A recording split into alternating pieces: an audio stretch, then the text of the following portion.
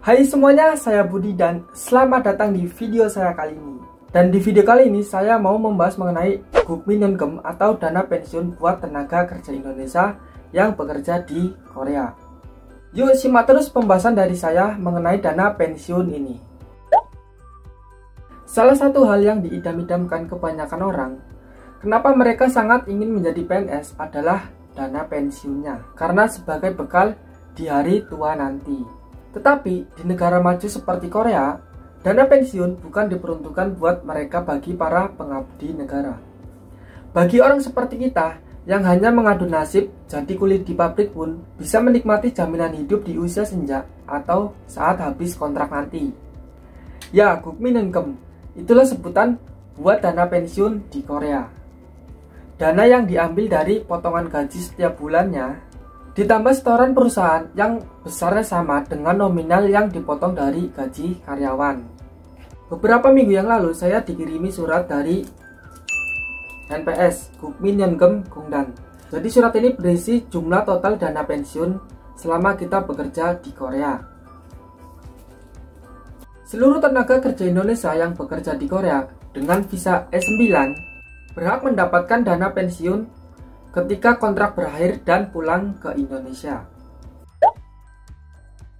Nah, untuk cara perhitungannya, setiap bulannya perusahaan harus menyetor ke kantor Gukminyeongeum sebesar 9% dari gaji pekerja. 9% ini yang 4,5% dari pekerjanya sendiri dan 4,5%-nya lagi dari perusahaan. Saya kasih contoh. Seorang tenaga kerja Indonesia yang bekerja di Korea selama 3 tahun dengan gaji rata-rata 1.500.000 won, maka berhak menerima 1.500.000 won dikali 9% dan dikalikan 36 bulan.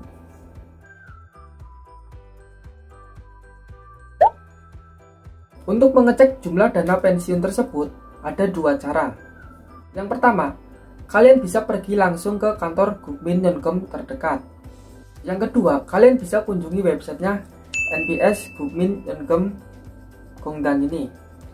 Nanti linknya saya taruh di kolom deskripsi.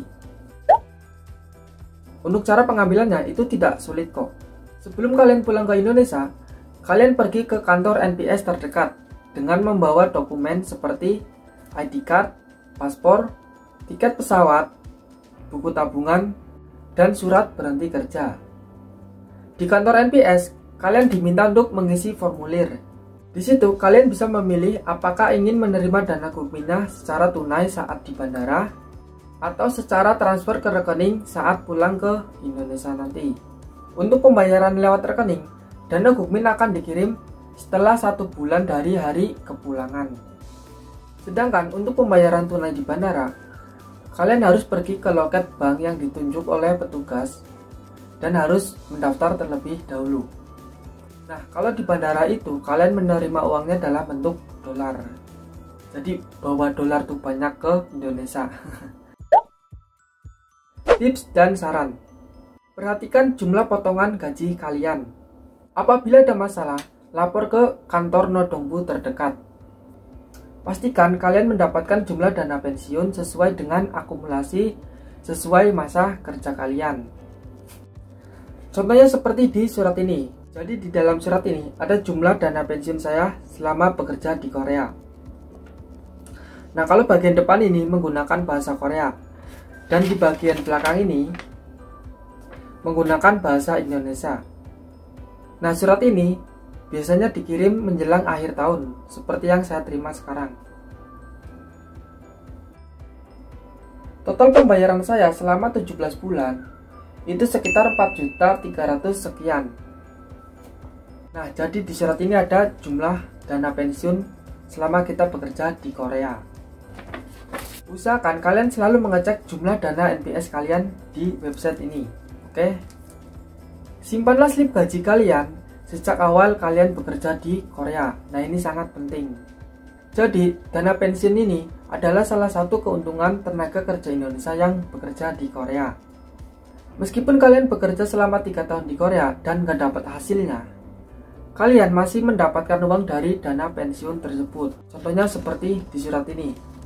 selama 17 bulan saya udah ada tabungan 4.300.000 sekian.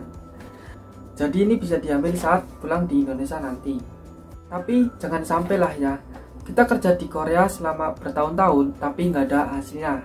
Nah itu jangan sampai terjadi.